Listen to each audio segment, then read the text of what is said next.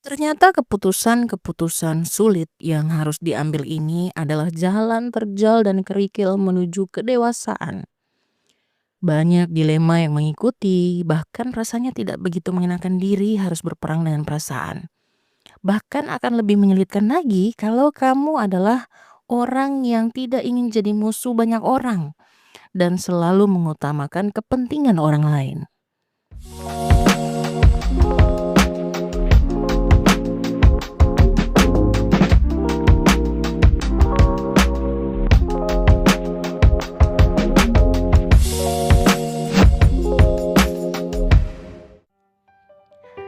Hai para pendengar cerita seru Jenny Karai, selamat datang. Selamat menginjakan kaki di tempat dimana cerita-cerita hidup jadi lebih berwarna. Dan keputusan-keputusan sulit bahkan kadang jadi bahan ketawa atau bahkan kadang air mata juga sih. Bersama saya Jenny Karai, kita bakal ngobrolin hal-hal yang dekat banget sama hidupnya Ko dan hidupnya saya juga pastinya. Kajian pengen menyapa teman-teman yang saat ini sedang mendengarkan podcast ini. Apapun aktivitasnya tetap semangat. Kalau yang lagi kerja tugas semangat, fokus. Yang kerja ada punya skripsi atau tesis juga semangat biar cepat lulus. Yang lagi santai beristirahat, rilekskan pikiran dan otot-ototnya biar tidak tegang seharian. Gimana kabarnya seharian ini? Apakah semua berjalan dengan baik? Atau mungkin sebaliknya? Ada hal-hal yang tidak mencapai, kok punya ekspektasi. Tapi apapun itu, semoga ku punya diri selalu cukup berbesar hati menerima setiap ketidaksempurnaan. Karena toh kan namanya hidup ya Wak. Ya kadang kita dapat yang bagus dan kadang tidak. Tapi yang penting jadikan pelajaran dan tetap move on. Sebelum kajian mulai, kajian mau bacakan pesan yang sudah masuk ke DM Instagram kajian di @jenikarai. Ini dari para pendengar podcast cerita seru Jenny Karai tentunya ya. Pesan ini masuk dari @hairen_. Kajian bacakan pesannya. Halo Kak Jenny, semoga kakak sehat selalu ya. Saya senang sekali dengar kakak podcast di Spotify. Saya sudah dengar semua, bahkan saya selalu dengar ulang-ulang sampai 2025 nih. See you sayang. Terima kasih sudah bikin podcast yang sangat bermanfaat sekali untuk saya. Saya pertama kali dengar kakak podcast tuh 2022. Wow, sudah 3 tahun yang lalu ya. Itu sama masih kuliah semester 7. Saya punya teman yang sarankan untuk dengar kakak podcast. Karena waktu itu saya dengar satu teman cerita kalau dia sekarang lagi mau coba produktif zaman kuliah itu. Karena dia lagi skripsian juga. Dia bangun pagi salah satunya dengar kakak podcast itu. Saya coba untuk dengar juga dan akhirnya sampai 2025 nih saya masih dengar. Saya selalu tunggu kakak podcast tapi sutra pernah update lagi. Terus ada emoticon sedihnya. Aduh, saya rasa bersalah. But it's okay, karena untungnya kakak belum hapus konten yang lama. Semoga kalau kakak ada waktu bisa bikin podcast, ditunggu setiap karya-karyanya kakak. Sehat selalu kakak, Tuhan Yesus memberkati. Oh iya, thank you untuk quotes-quotes di grup IG kakak. Aduh, kajian terharu sekali dapat DM ini, karena percayalah, sekuat-kuatnya kami para kreator menciptakan sesuatu yang memotivasi kita orang itu, teman-teman punya pesan-pesan positif yang masuk. Dan DM ini tuh buat kajian akhirnya ingin bangkit kembali dan rutin podcast lagi gitu loh, bikin episode baru lagi. Karena kajian suka banget bercerita melalui podcast. Hanya memang beberapa tahun ini ketika pekerjaan dan jabatan yang dipercayakan tuh makin naik, ternyata itu juga menguras kajian punya waktu. Sampai lupa mengerjakan apa yang kajian suka. Tapi once again terima kasih banyak untuk para pengikut setianya podcast cerita seru Jenny Karai. Kamu orang terdabes pokoknya. Dan karena DM ini, karena inbox ini, akhirnya episode ini ada.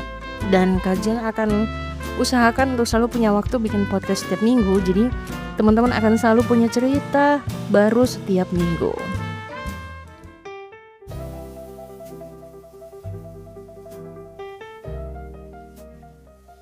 Kamu orang ngerasa katradal. Seiring bertambahnya usia dan pengalaman, kita orang punya hidup itu akan semakin dipenuhi dengan pilihan-pilihan yang menantang dan rumit. Banyak dari keputusan ini itu menuntut pemikiran dan refleksi yang mendalam. Karena seringkali melibatkan keseimbangan antara emosi, penalaran, dan dampak potensial terhadap masa depannya orang. Dan ya, makanya kita harus merenung, harus benar-benar Memikirkan sebelum memutuskan pilihan-pilihan seperti itu biasanya menimbulkan perasaan yang tidak nyaman, bersalah, atau tidak pasti gitu. Waktu tong bergulat dengan kemungkinan akibat dan beban tanggung jawab yang juga pada akhirnya akan mengikuti orang di chapter-chapter hidup selanjutnya. Bahkan kajian pribadi ya, itu ada keputusan yang kajian perlu waktu berminggu-minggu untuk merenung dan menimbang apakah benar ini yang kajian mau, atau bagaimana tahun-tahun ke depan ya, dengan potensial yang terjadi kalau keputusan ini diambil. Tapi di sisi lain, terlepas dari kesulitan-kesulitan ini, setiap keputusan sulit yang orang hadapi itu berfungsi sebagai bagian penting dari pertumbuhan pribadinya orang. Karena pada akhirnya mereka membantu membentuk karakternya orang dan memperkuat orang punya tekad. Betulkah terhadap menurut kamu orang? Ibaratnya ini, kita orang sedang naik tangga ke atas. Bayangkan kau sedang naik tangga menuju satu puncak. Setiap anak tangga itu adalah keputusan. Tapi, kau tidak bisa membawa semua beban sekaligus. Jadi, kau itu harus memilih apa yang harus dilepaskan dan apa yang harus dibawa. Lepaskan rasa takut, lepaskan harapan orang lain misalnya, atau lepaskan kenyamanan lama yang membebani, dan lepaskan bayangan sempurna, karena keputusan yang berani seringkali goyah. Tapi bawalah sesuatu ke atas puncak itu. Entah itu intuisi yang sudah terbiasa, bahkan nilai-nilai dasar yang jadi kau punya nilai pribadi, misalnya kejujuran, berani, ketulusan. Bawa percaya diri yang sekecil apapun untuk kau tetap naik ke atas walaupun mungkin kau punya apa-apa sudah goyang gitu. Dan bawa pelajaran dari kegagalan bukan sebagai dosa, tetapi sebagai teman. Naik tangga bukan soal seberapa cepat kau bisa atau kau tiba, tapi soal kau berubah selama naik. Karena di puncak bukan keberhasilan yang kau temukan, tetapi kau punya diri yang baru yang sudah memilih dan tetap maju. Pada akhirnya, tong menyadari bahwa seringkali mustahil sekali untuk menyenangkan semua orang atau memenuhi harapan maupun ekspektasi setiap individu yang terlibat dalam situasi. Selama kau bukan es krim, selama kau bukan pinang, selama kau bukan uang, kau tidak bisa menyenangkan semua orang ya. Kalaupun kau mau menyenangkan semua orang, kau tuh mau sampai berapa lama bertahan jadi tameng untuk semua orang. Kan tidak mungkin toh kau bertahan terus-menerus. Pasti kau juga ada titik jenuhnya sayang. Kedewasaan sejati itu tidak sama dengan memiliki semua pengetahuan atau memiliki semua jawaban. No, sebaliknya, itu melibatkan keberanian untuk membuat keputusan yang sulit bahkan ketika itu sulit dan tidak pasti. Itu juga berarti bersedia menerima tanggung jawab atas konsekuensi yang datang dengan keputusan tersebut, entah itu positif atau negatif. Ya, gengs, ternyata dewasa itu rempong ya, Wak. Pada dasarnya, seiring bertambah usia, kita orang belajar bahwa hidup seringkali menuntut orang untuk menghadapi ketidaknyamanan dan ketidakpastian secara langsung. Melakukannya dengan kejujuran, kekuatan, dan ketekunan. Proses ini membantu orang mengembangkan rasa yang lebih kuat tentang siapa diri kita dan memperdalam pemahaman kita tentang apa arti sebenarnya menavigasi kehidupan yang rumit dan seringkali menantang. Kalau saat ini kamu orang juga ternyata lagi berada di persimpangan jalan kehidupan dan sedang menimbang-nimbang mengambil keputusan dan itu sulit, coba kamu orang ikut tipsnya kajian berikut ini. Tips yang pertama yaitu membuat daftar list pro kontranya. Teman-teman silakan buat 2 tabel berdampingan di kertas atau di kamu orang punya tab atau di HP atau di mana bisa. Buat pro dan kontra dari apa yang sedang teman-teman putuskan atau teman-teman pikirkan. Tulis sebanyak-banyaknya di dalam list tersebut di 2 kolom tersebut. Memang ya membuat daftar pro dan kontra nih caranya kok klasik banget ya Kak Jen. Tapi percayalah itu sangat efektif untuk membantu kau memvisualisasikan atau kasih kau gambaran besar semua aspek keputusan yang akan kau ambil. Makanya dengan kau isi list itu semakin terperinci, semakin kau juga bisa melihat dengan lebih jelas keuntungan dan kerugian dari pilihan tersebut. Semakin detail daftar yang kamu orang buat, itu juga akan semakin jelas. Kau bisa lihat apa saja manfaat yang bisa didapat jika keputusan itu diambil, apa saja sih tantangan atau risiko yang nanti akan muncul ketika kau memutuskan. Terus manfaatnya lebih besar atau risikonya yang lebih besar? Apakah ada cara lain ya untuk mengurangi dampak dari sisi kontranya misalnya? Dengan cara ini kita orang tidak hanya mengandalkan perasaan atau asumsi, tapi juga menggunakan logika dan refleksi untuk membuat keputusan yang lebih bijak dan matang. Ingat gengs, ingat besti, ingat anak-anak, bahwa keputusan yang baik bukan hanya soal apa yang terasa benar, tapi juga soal apa yang sudah dipertimbangkan dengan matang. Jadi ayo mulai isi tabelnya sekarang, tapi jangan buru-buru. Luangkan waktu untuk benar-benar kau memikirkan setiap poin, karena dari proses inilah kau bisa belajar mengenali kau punya diri sendiri. Apa yang kau mau, situasinya seperti apa, dan kau bisa lebih percaya diri dan punya kekuatan ekstra untuk menghadapi hal tersebut. Berikutnya yaitu terbukalah untuk semua kemungkinan. Kadang kita orang terlalu terpaku pada satu pilihan atau hasil yang diharapkan. Hanya terpaku saja di situ sampai tong itu lupa lihat kemungkinan-kemungkinan lain yang mungkin akan muncul. Nah, hal ini sebenarnya menutup peluang lain yang mungkin lebih baik. Bersikap terbuka itu artinya siap menerima berbagai kemungkinan, termasuk yang tidak terduga.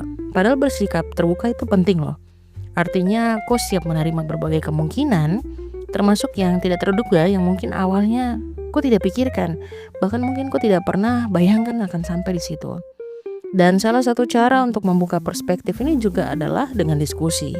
Kau bisa ajak orang-orang yang kau percayai, entah itu teman dekat, mentor, keluarga, bestie, ketemu biasa sebutnya ring 1 atau ring 2. Orang-orang yang memang benar-benar kenal kau dan peduli tentang kau punya perkembangan. Kau bisa tanyakan dong punya pendapat. Dengarkan baik-baik, bahkan jika pendapat dorang itu berbeda dari apa yang kau pikirkan. Nah, kenapa ini penting? Karena seringkali orang lain itu yang bahkan bisa melihat apa yang orang lewatkan. Dong bisa kasih orang sudut pandang yang baru, atau bahkan mengingatkan kita orang akan nilai-nilai yang orang pegang tapi sempat orang lupa. So, jangan jalan sendiri. Keputusan besar itu bukan hanya logika dan perasaan, tapi juga soal kebijaksanaan.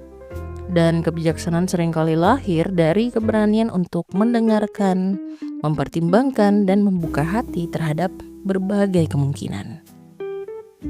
Berikutnya yang ketiga yaitu cari tahu dampak positif maupun negatif dari keputusan itu. Dengan orang memahami dampak dari keputusan yang akan orang ambil, itu adalah langkah penting dalam proses pengambilan keputusan yang bijaksana. Ketika kita orang tahu apa saja konsekuensi yang mungkin terjadi, orang juga kan bisa mempersiapkan diri toh, baik secara mental maupun secara practically. Kita orang tidak lagi melangkah dengan rasa takut dan bingung. Ini nanti bagaimana ya, ke depan nanti bagaimana, ini bagaimana, tidak ada lagi pertanyaan-pertanyaan itu. Karena kita orang sudah punya gambaran jelas tentang apa yang akan dihadapi. Walaupun mungkin dia tidak 100% sama, tapi kok sudah ancang-ancang bahwa kemungkinannya 80% atau 90% itu akan sesuai dengan yang kau prediksi atau yang sudah kau pertimbangkan. Dan kau tahukah tidak, ketakutan itu seringkali muncul dari ketidaktahuan. Saat orang mulai menganalisis dampak jangka pendek dan jangka panjang dari pilihan yang orang buat, rasa takut itu perlahan-lahan itu berubah jadi kewaspadaan yang sehat. Ingat, kewaspadaan yang sehat. Kalau kewaspadaan yang tersehat ini kok akan curiga dengan segala hal.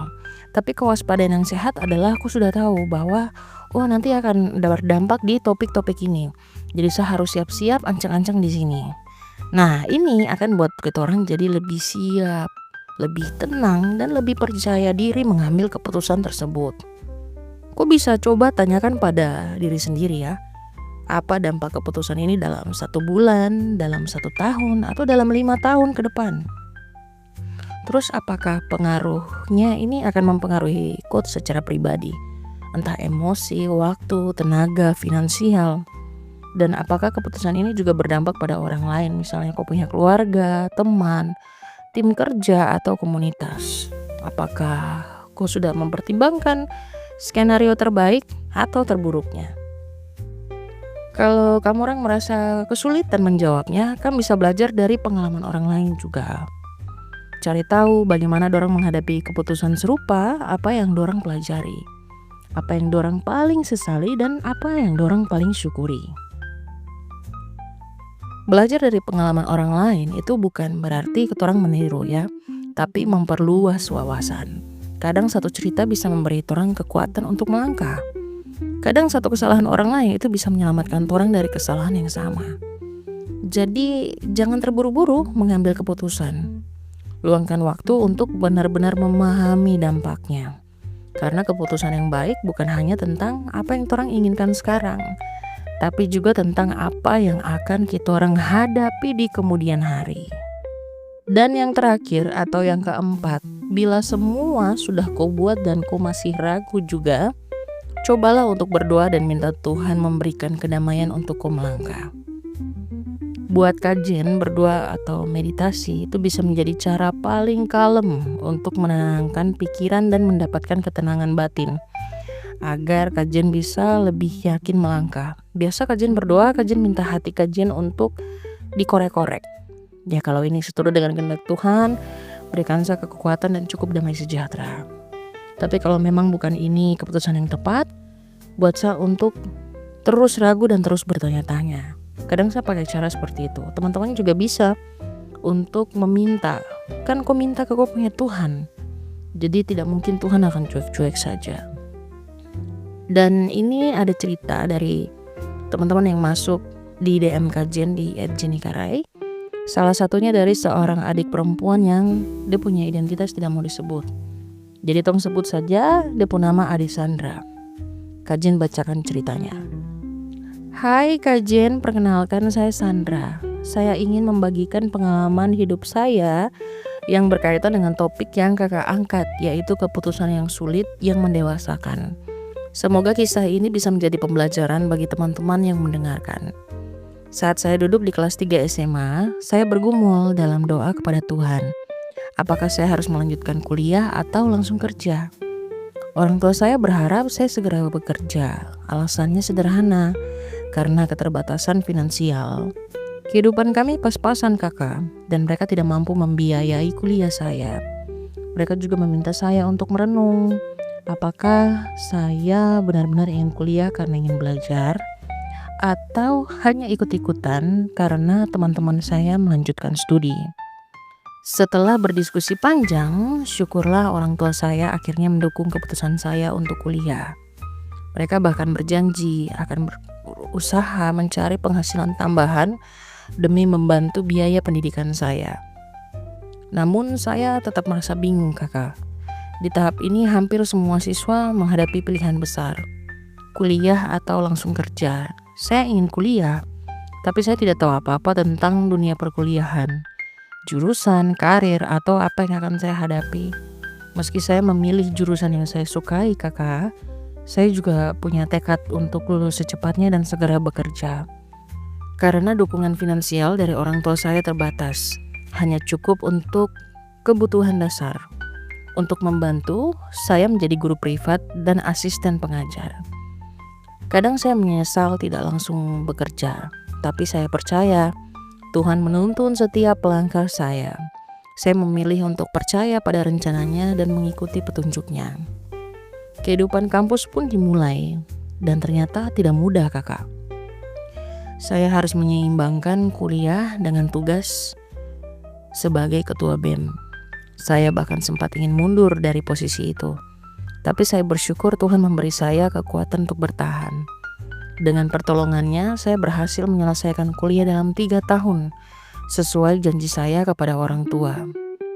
Dan saya belajar bahwa ketika kita tidak tahu harus berbuat apa, kita harus membiarkan Tuhan memegang kendali.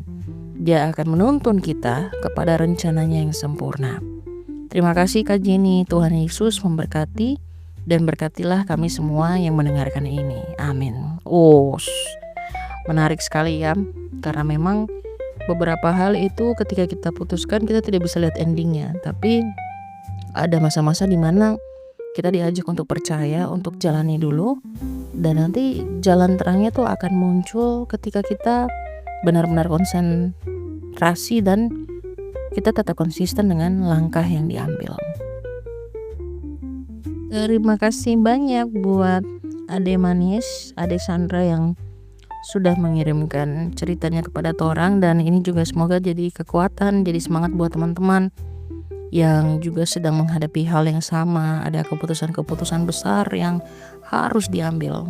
Dan itu dia tadi teman-teman 4 tips yang sudah Kajen bagikan di atas ya, buat teman-teman ketika ingin menimbang-nimbang sebuah keputusan yang sulit atau membutuhkan banyak pemikiran. Kajen rangkumkan lagi 4 tips itu. Yang pertama, buat dia punya list pro dan kontra. Yang kedua, terbukalah untuk semua kemungkinan, bila perlu diskusi.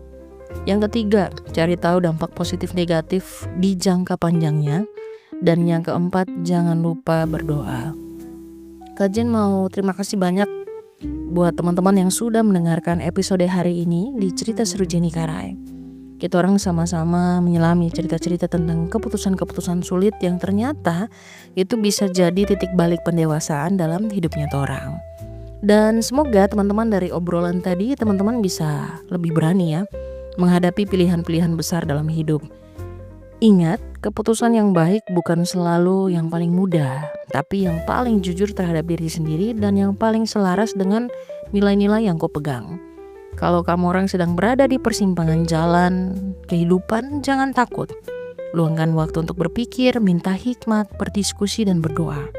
Karena setiap langkah yang kamu ambil, sekecil apapun, bisa membawa kamu orang lebih dekat ke versi terbaiknya kau punya diri sendiri.